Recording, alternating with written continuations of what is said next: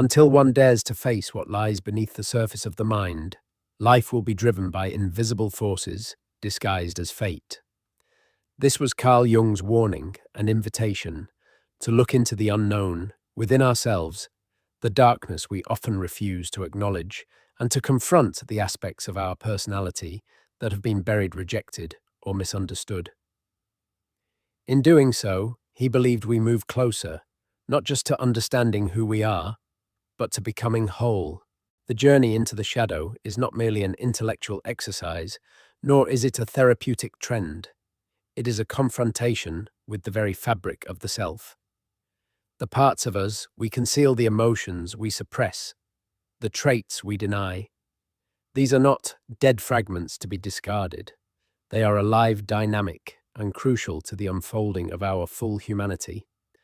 To walk this path is not to descend into darkness for its own sake, but to reclaim the power, creativity, and truth that lie hidden there.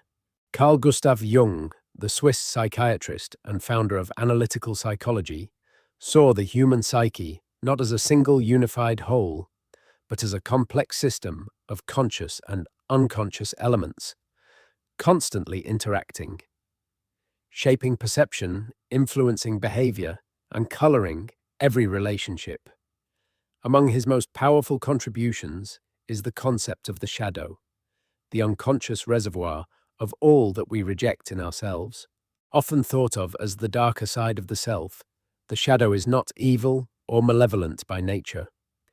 It is made up of traits, impulses, memories, and desires that we have deemed unacceptable or inappropriate according to societal standards, moral expectations, or personal ideals. These elements do not disappear when denied. They live on, silently guiding decisions, projecting onto others, distorting reality, and limiting our capacity for growth and intimacy. When we look out into the world and find ourselves irritated, angry, jealous, or deeply drawn to certain people or experiences, we are often encountering our shadow in disguise. The feelings are real, but the source may lie not in the external event, but in something within us that we have not yet met with honesty. Jung believed that our psychological health depends on the integration of this shadow, not its elimination.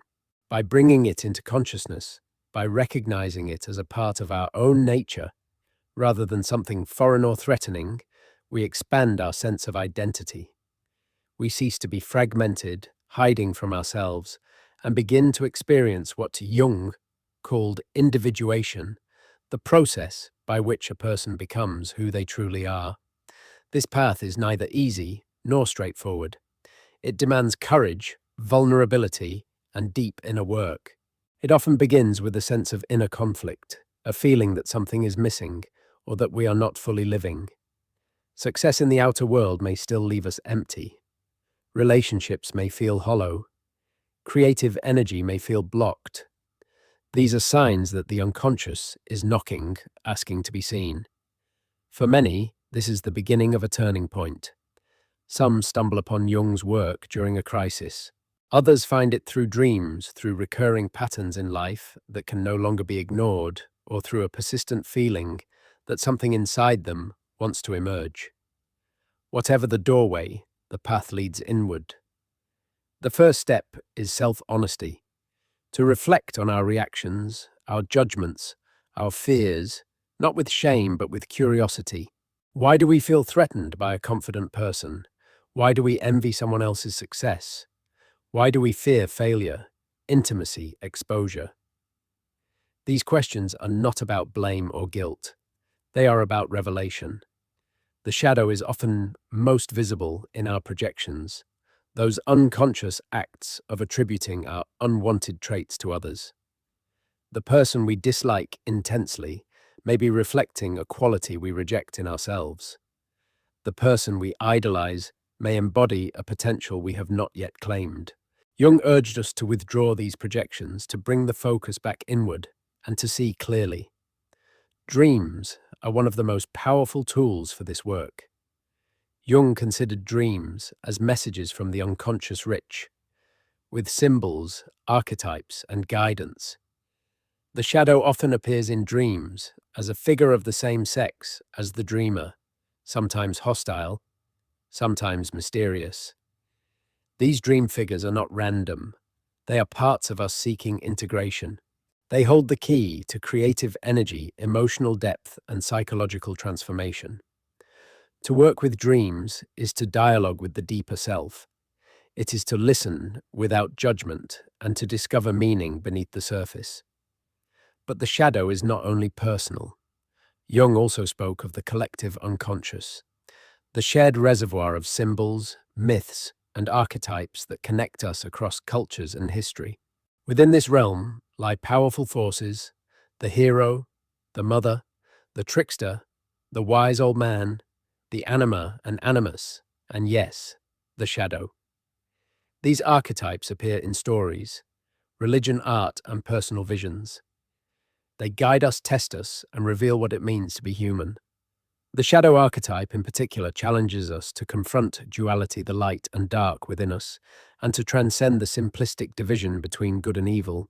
It shows us that true maturity requires the ability to hold complexity, to accept contradiction, and to make peace with imperfection. As we grow in this understanding, we begin to see that the traits we once feared may be sources of strength. The anger we suppressed may carry passion and assertiveness. The envy may point toward ambition or desire. The fear may protect something precious. The sadness may hold a depth of compassion. The integration of the shadow is a process of transformation. It is alchemical, turning lead into gold, not by rejecting the darkness, but by transmuting it. This is not a metaphorical exercise. It has real consequences. Those who do this work report a greater sense of clarity, authenticity, purpose, and emotional resilience. Relationships deepen, creativity flows more freely, a sense of inner alignment emerges. This journey is lifelong. There is no final arrival, only deeper layers. Jung himself continued exploring the unconscious until his death, documenting visions, reflections, and symbols in what became the Red Book, a profound record of his own descent into the depths and return with insight. He wrote that the privilege of a lifetime is to become who you truly are. That becoming is not about self-improvement in the conventional sense. It is not about achieving perfection. It is about becoming whole. And wholeness includes the rejected, the forgotten, the broken, and the beautiful within us. To walk this path is to become more human. It is to see the suffering of others with new eyes, knowing our own wounds. It is to move beyond moral superiority and into humility. It is to find strength in vulnerability, wisdom in shadow, and meaning in the places we least expected. The world may not reward this path visibly. There may be no medals, no applause, no clear milestones, but the internal shift is unmistakable. It is the shift from fragmentation to unity, from confusion to clarity, from fear to freedom. As the journey unfolds and deepens, one begins to notice subtle changes, not just in thought patterns, but in the emotional texture of daily life.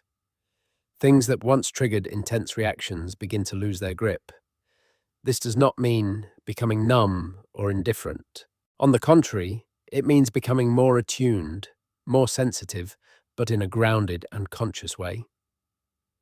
Emotional balance does not arise from avoiding certain feelings, but from integrating them, giving them space to be seen and understood without allowing them to hijack our awareness.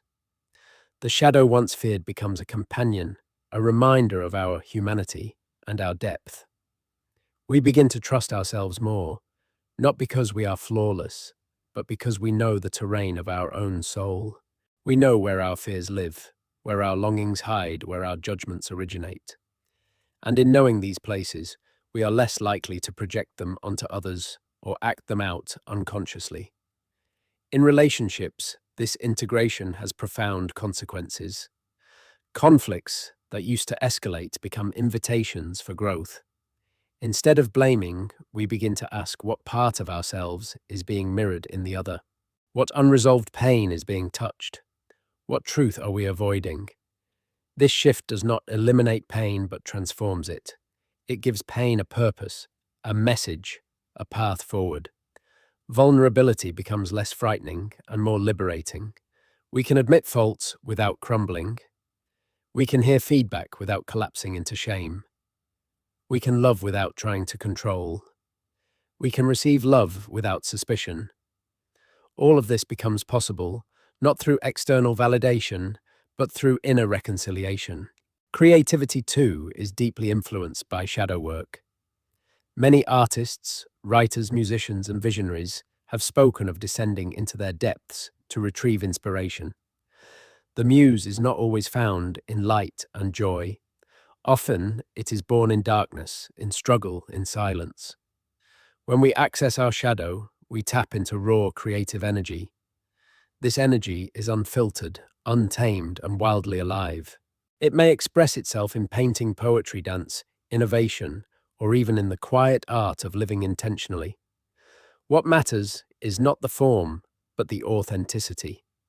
Expression becomes a release, a revelation, a communion with something greater than the ego. There are, of course, challenges along this path. The resistance is real. The ego is invested in maintaining its image, its control, its comfort. The unconscious does not give up its secrets easily. It often speaks in riddles, symbols, contradictions.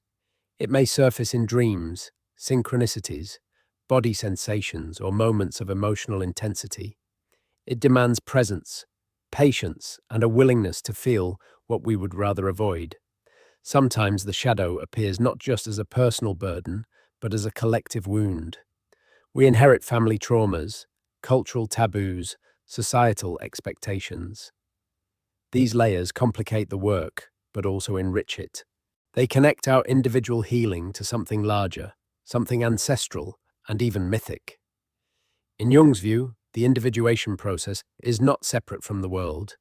It is not a retreat into solitude, though solitude may be part of it. It is a way of becoming more fully engaged, more ethically rooted, more creatively responsible.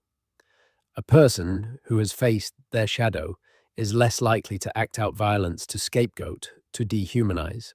They are more likely to build bridges, to listen deeply, to hold complexity. In a world fractured by division and polarization, this inner work becomes not just personal, but political, not just therapeutic, but revolutionary. The most dangerous people, Jung warned, are those who deny their shadow and unconsciously project it onto others. History is littered with examples of this: dynamic wars, persecutions, genocides.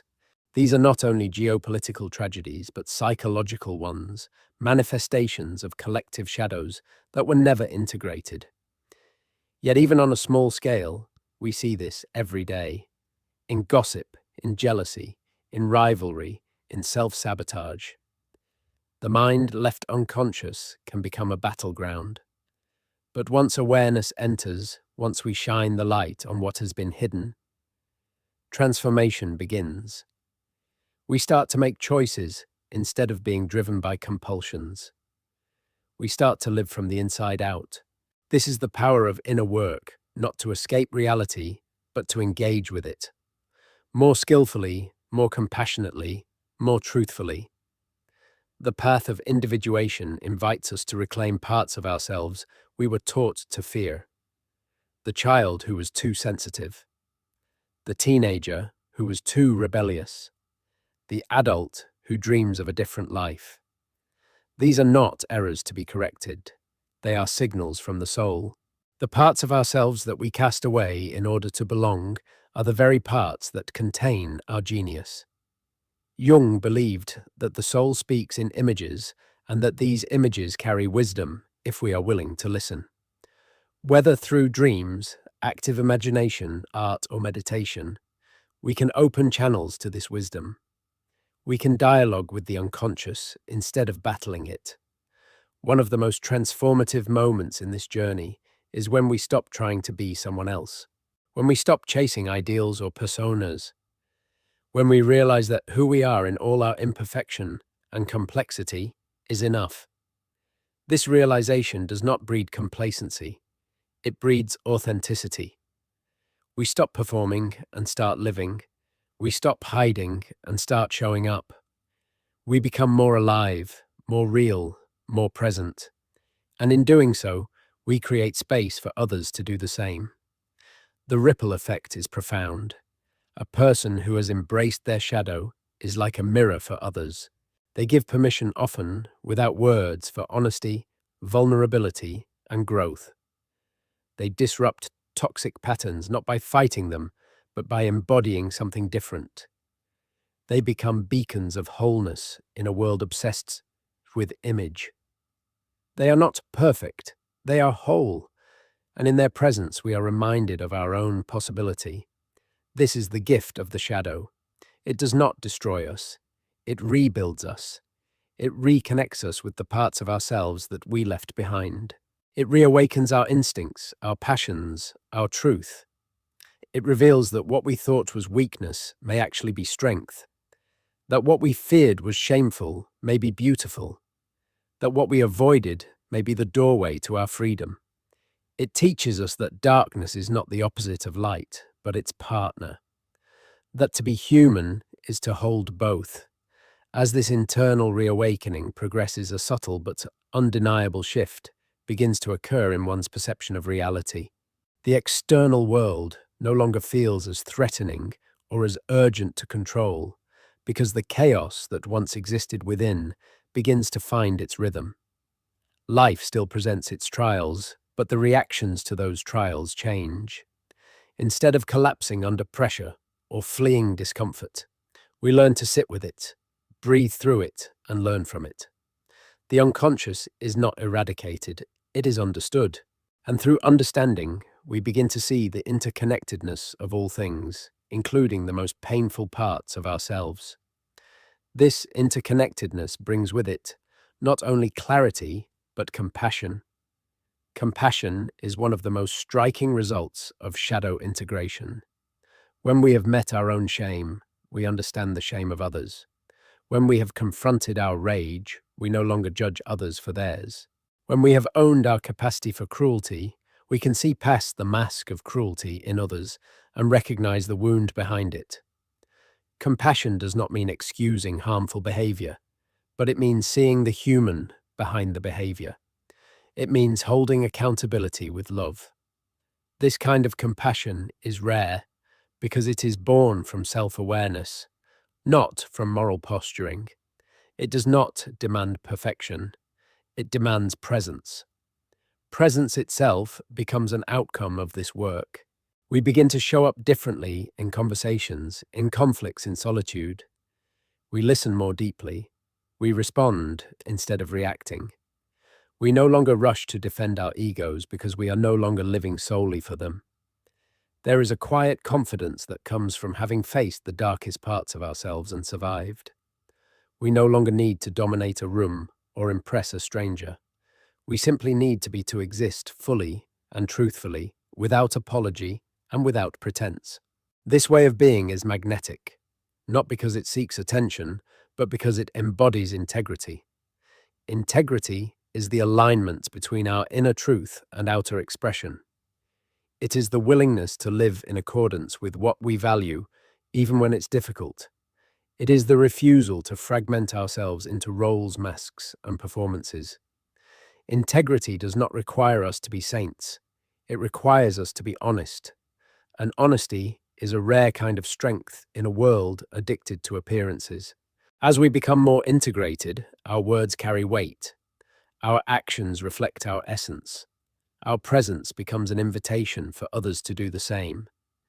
This transformation extends beyond the individual. It touches our families, communities, and cultures. When one person begins to live from their truth, it disrupts the patterns of denial that have often been inherited. Generational wounds are challenged. Unspoken traumas begin to surface. Secrets lose their power. Healing becomes possible. This is not a comfortable process. In fact, it often feels like unraveling. But the unraveling is necessary. What we inherited unconsciously, we must examine consciously. Only then can we choose what to carry forward and what to release. Jung believed that what is not brought to consciousness comes to us as fate. This means that the patterns we do not face will repeat. The relationships we sabotage, the dreams we defer, the emotions we suppress, they will return again and again until we finally turn inward and ask, what is trying to be seen? What is trying to be heard? What is trying to be integrated? This question is not asked once. It is asked over a lifetime. Because integration is not an event. It is a way of life. To live in this way is to live mythically, not in the sense of fantasy, but in the sense of meaning. Life becomes more than a series of events. It becomes a story, rich, symbolic, and layered. Every challenge becomes an initiation. Every loss becomes a descent. Every breakthrough becomes a resurrection. This mythic perspective does not detach us from the world. It roots us more deeply in it. We begin to see the archetypes playing out in our lives. The hero's journey, the death and rebirth, the meeting with the shadow. These are not just stories, they are blueprints of transformation. And when we see our life as a myth, we stop trying to rush the process. We understand that darkness is not failure, it is preparation. We stop fearing the unknown because we know that the unknown is where growth begins. We stop clinging to certainty because we have learned to trust the unfolding. Trust becomes the foundation of this journey. Not blind faith, but embodied trust, the kind that comes from experience, from having walked through fire and found ourselves still standing. This trust changes everything. It allows us to surrender without giving up, to let go without collapsing, to evolve without losing ourselves. One of the paradoxes of shadow work is that it often begins with discomfort, but ends in freedom. The fear that kept us from looking inward turns out to be a gatekeeper, not a prison. On the other side of fear is liberation, not the kind of liberation that removes pain, but the kind that allows us to meet pain with dignity. We no longer need to numb ourselves, to distract ourselves, to perform for love or approval. We are no longer chasing wholeness because we realize we already are whole. We had simply forgotten. And this remembrance is sacred. It reconnects us with something ancient and timeless, with the soul. Jung often spoke of the soul, not as an abstraction, but as the essence of who we are. The soul is not concerned with success, status, or surface identity. The soul wants depth. It wants truth. It wants communion. And when we honor the soul, we begin to live differently. We slow down. We listen. We choose with intention. We connect with nature. We honor silence. We allow joy. We grieve fully. We laugh without restraint. We love without armor. We speak without editing. We dream without apology. This way of living is not utopian. It is real, raw, and revolutionary. It does not ignore the suffering of the world. It engages with it fully and compassionately. A person who has done their inner work becomes an anchor in times of crisis. They are not swayed by hysteria or hatred. They are not reactive. They are responsive. They hold the center, not because they are perfect, but because they are present. And in this presence, others find safety, inspiration, and courage. To walk this path is to become more yourself than you have ever been. To peel away the layers of conditioning, expectation, and illusion. To meet the naked truth of your being and say yes. Yes to the pain, the joy, the contradictions. Yes to the mistakes and the miracles. Yes to the life that is uniquely yours. This is the path of individuation. It is the path of return, return to essence, return to soul, return to home. And this return to the self is not a journey backward, but a spiral inward. It does not regress into childishness or nostalgia. Rather, it recovers what was once lost or exiled: innocence, spontaneity, honesty play. These qualities were never truly gone. They were simply buried beneath layers of defense, shame, and adaptation. In a world that often rewards conformity, many of us learned to hide the parts of ourselves that didn't fit the mold. We split off our wildness, our creativity, our sadness, our depth. We became who we thought we had to be to survive, to be accepted, to be loved. But the soul never forgets. It waits, patiently, silently, until we are ready to remember. And when that remembrance comes, it often begins with longing, a quiet ache, a sense that something vital is missing. We may not be able to name it, but we feel it in our bones, in our dreams, in the restlessness that follows us even in moments of success. This longing is not a problem to be solved. It is a calling, a signal that the time has come to begin the descent. Jung called this the night sea journey, the plunge into the unconscious, where treasures and terrors coexist. It is not a linear path. It moves in cycles, spirals, and sacred loops. There are moments of clarity and moments of confusion. There are breakthroughs and breakdowns. But through it all, something essential is being revealed. What we discover in these depths is not just personal, it is collective. We begin to see how much of our suffering is shared, how many others carry similar wounds, how often we repeat the same patterns, tell the same stories, believe the same lies. This awareness breeds empathy, not in a distant or theoretical way, but in a lived, embodied way. We begin to feel with others, not just for them. We recognize ourselves in their struggles, and in doing so, we become less alone. We begin to understand that healing is not a private act. It is a communal ripple that touches everyone we meet. This ripple effect is powerful. A single person who has faced their shadow can shift the energy of a room. They carry a certain gravity, a presence that is both grounded and expansive. They do not need to control or convince. They simply are. And in their being, they create space for others to be as well. This is leadership in its truest form. Not positional or performative, but soulful. Not based on dominance, but on depth.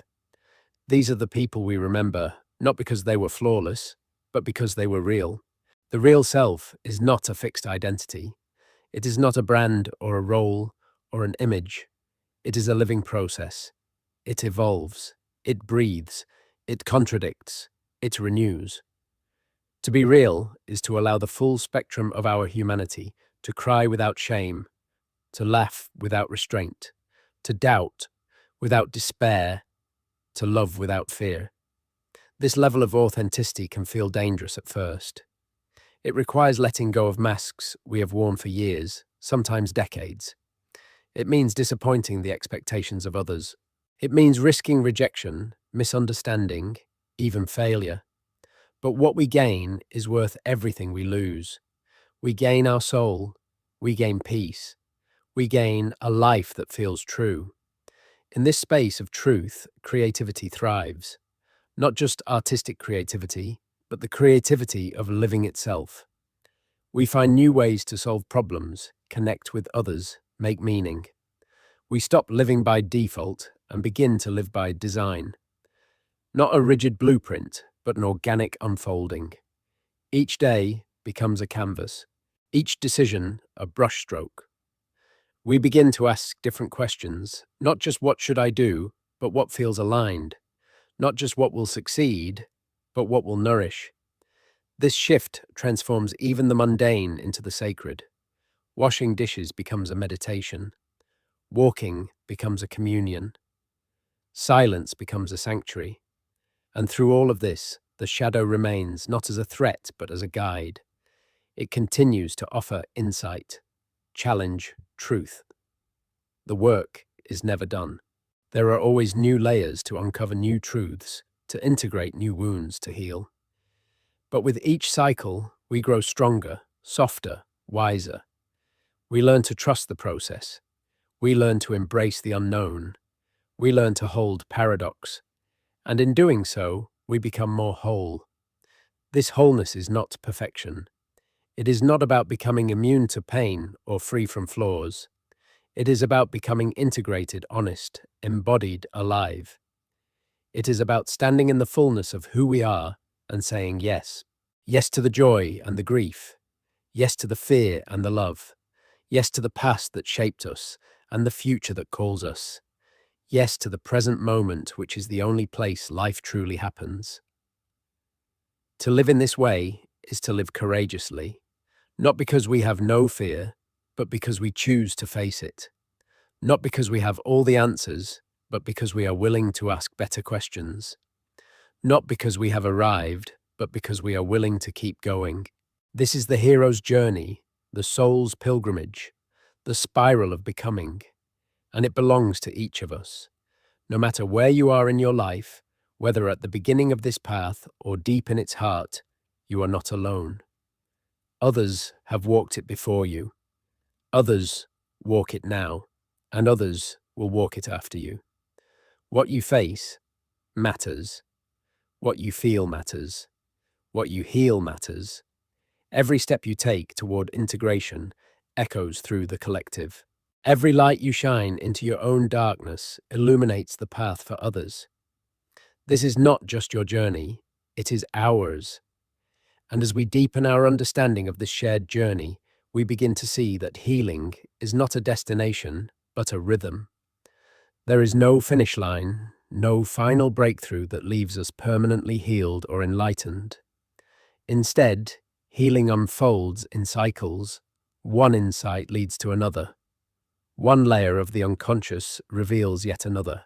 It is like peeling back the skin of an onion, each layer more delicate and profound than the last.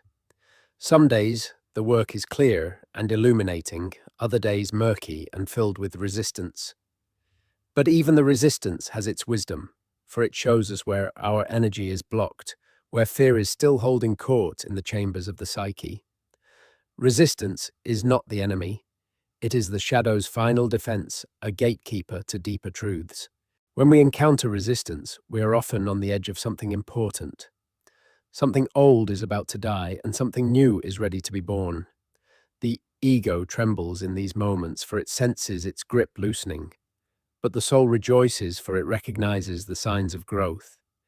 And so we learn to lean into resistance, not to force our way through, but to listen to what it is trying to protect. Often, we will find a younger version of ourselves there. A child who learned to be silent, a teenager who felt unsafe to express desire, an adult who buried their truth to survive. In tending to these parts of ourselves, we do not regress, we heal. We bring presence to the abandoned light, to the dark voice, to the silent. Inner child work is one of the many paths Jung hinted at when he described the psyche as a living system in need of harmony. The wounded child does not need to be fixed. It needs to be seen, held and invited back into the whole. These neglected selves carry gifts, imagination, spontaneity, intuition, joy. And as we welcome them back, we reclaim pieces of our essence that we thought were lost forever. This reclamation ripples outward. When we stop rejecting ourselves, we stop rejecting others. When we stop hiding, we invite honesty. When we stop pretending, we allow depth. The masks begin to fall not only from our own faces, but from the faces around us. Authenticity is contagious. It creates resonance. People feel it. And in its presence, they too begin to remember who they are. But this path is not without its costs. There will be moments of grief for the self we were never allowed to be. There will be mourning for the years spent asleep, the relationships we outgrow, the identities we must shed. Integration requires letting go not only of illusions, but of the safety they once provided. The identity built on approval, the success built on fear, the love built on dependency, these structures must crumble if we are to build something true. And it hurts. But this pain is sacred. It is the fire that forges the soul. Jung called this the process of death and rebirth. He saw it reflected in myths and rituals across cultures, the hero who descends into the underworld, the goddess who is dismembered and restored, the phoenix that dies in flame and rises from ash. These stories are not just ancient tales. They are maps of transformation. They are our stories.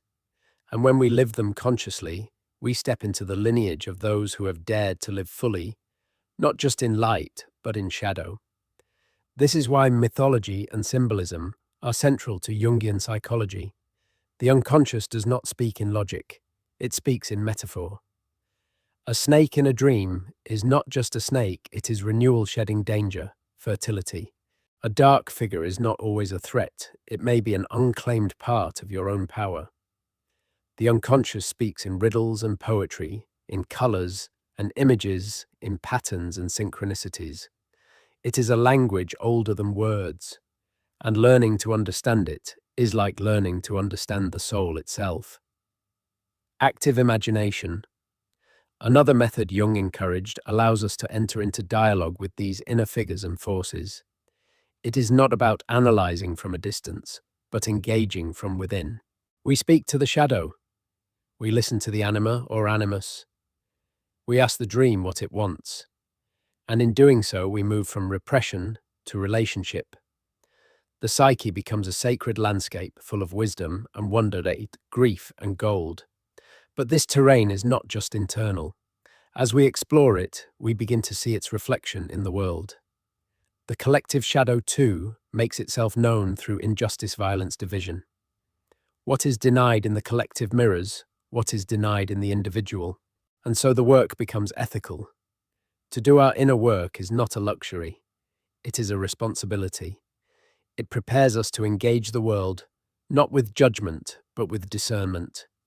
Not with outrage, but with wisdom. Not with fear, but with presence. Presence in the face of darkness is one of the greatest powers a human can cultivate. It allows us to witness suffering without collapsing, to face conflict without aggression, to speak truth without cruelty. It is not a passive state, but a dynamic one, a grounded alertness that comes from deep self-knowledge. This presence is not something we can fake. It is forged in silence, solitude, and sincerity. And it becomes our gift to the world. For in the end, what the world needs is not more noise, more performance, more answers. It needs more people who are rooted in themselves. People who can sit with paradox, walk with integrity, and live with heart. People who have faced their own shadow and therefore do not fear the shadows of others. People who are not perfect, but are real. People who are not certain, but are sincere. This is what Jung meant when he said that wholeness is not achieved by cutting off parts of the self, but by integration. The dark and the light, the masculine and feminine, the rational and irrational, all are needed. All are sacred, all belong. And when we embrace that everything within us belongs, a radical peace begins to emerge. Not the peace of avoidance or denial, but the peace that comes from no longer being at war with ourselves. This inner reconciliation changes the texture of life. The mind softens, the body breathes more freely, the heart opens wider. We no longer move through the world seeking to conquer or control, but to connect and contribute. There is a quiet confidence born not from superiority, but from self-acceptance. We are no longer trying to prove something. We are simply being ourselves. And being ourselves is enough. This simple truth becomes the foundation for a new kind of living. A life not dictated by fear, but guided by meaning. Not measured by external achievements, but by internal alignment. Our values become clear. Our yes becomes wholehearted. Our no becomes loving.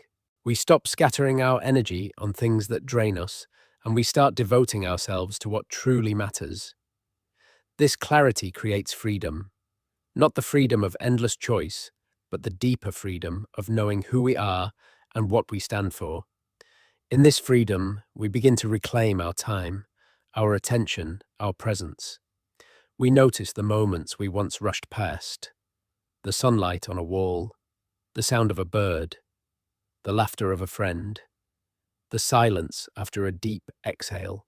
These are no longer distractions from productivity, they are the essence of life itself. When we stop performing and start living, we discover that life is not something to win or master. It is something to experience, to feel, to honor. And yet, even as we settle into this wholeness, we must remember that life continues to invite us into deeper layers. New relationships bring new reflections. New challenges awaken new fears. The work never ends, but our relationship with it changes.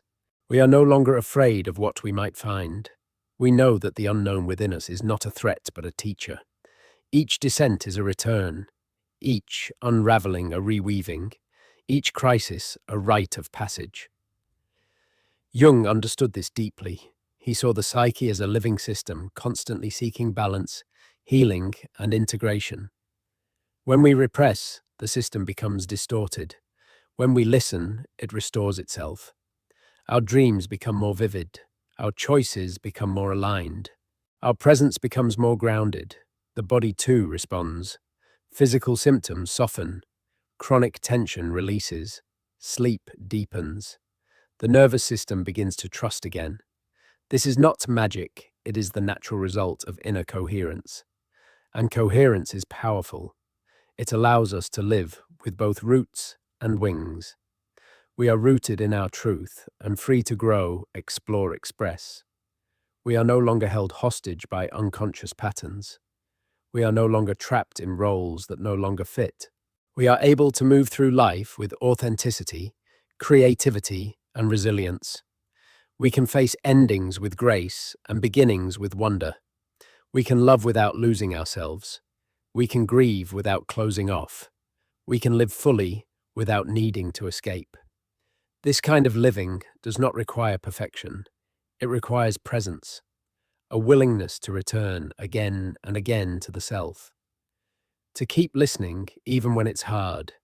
To keep feeling even when it hurts. To keep showing up even when we don't have it all figured out. This is the path of the true self, not a self we invent or achieve, but a self we uncover and remember.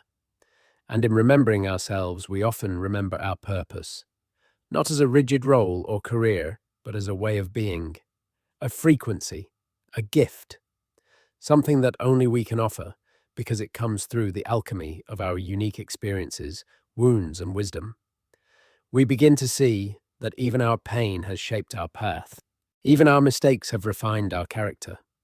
Even our shadow has prepared us to serve in a way no one else can. This is where service becomes sacred, not an obligation, but a natural extension of our wholeness. We don't need to save the world. We just need to be who we are. That alone creates ripples. The mother who raises her children with presence, the teacher who listens deeply, the artist who paints their truth, the friend who holds space, the stranger who smiles with sincerity. It is not the absence of structure, but the presence of meaning. It is not the escape from pain, but the capacity to meet it with awareness. This kind of freedom can never be given by society. It must be claimed within. And once claimed, it cannot be taken away. This is the gift of the shadow. This is the power of the journey.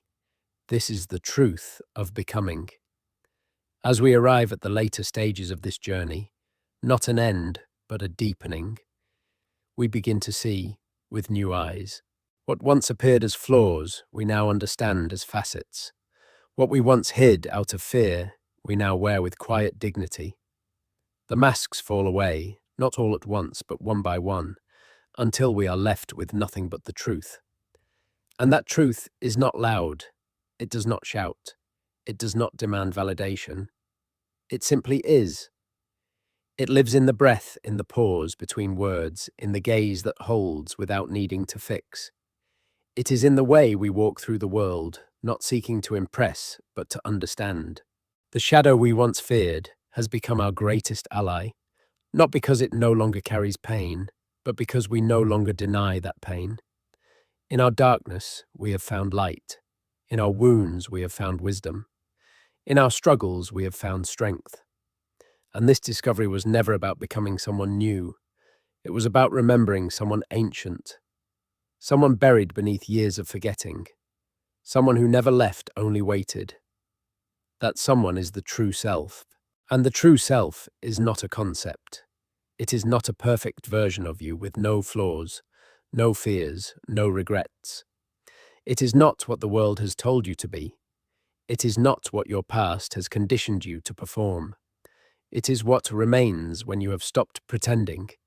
It is what lives beneath every role, every identity, every expectation.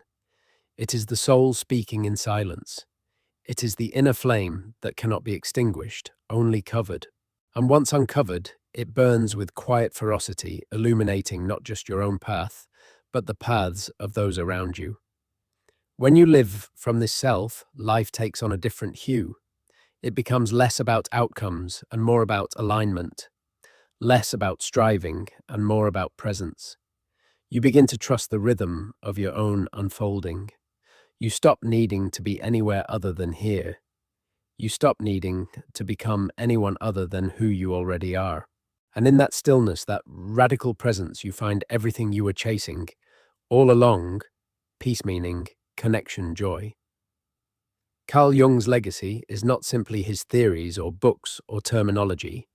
His true gift is the invitation he offers to every human soul to look inward, to face the unknown, to embrace the totality of being. He taught us that we are not fragments. We are not broken. We are complex, paradoxical, divine in our imperfection. We are shadow and light, instinct and intellect, spirit and body. We are myth and matter. And when we can hold all of it without denial and without shame, we are finally free. This freedom does not come from avoiding life's darkness, but from walking straight into it with open eyes and an open heart. The journey into the shadow is not a detour. It is the path itself. It is the passage through which the soul becomes whole. It is where the illusions dissolve and the essence is revealed. It is where we stop performing and start belonging. Belonging not to a tribe or a category, but to ourselves, to the mystery of existence, to the deep and endless unfolding of who we truly are. And so as we close this journey, let this be a reminder, not a conclusion, but a returning. Return to yourself, to your dreams, to your voice, to your tears, to your power. Let the shadow no longer frighten you. Let it teach you, guide you, soften you. And let the light it uncovers not blind you with perfection, but ground you in truth. This is the sacred paradox. In facing our darkness, we find our light. In embracing our brokenness, we become whole. You do not need to strive to be enough. You already are. You do not need to fix who you are. You only need to remember. And when you do, when you walk the world from that remembering, everything changes, not because the world changes, but because you do. You become the flame in the dark, the stillness in the noise, the presence in the chaos, the wholeness in the fragmentation. This is the journey of individuation. This is the invitation of the shadow. This is the truth of the soul. And now the rest is yours. Return home, to the only place you've ever truly belonged, to yourself.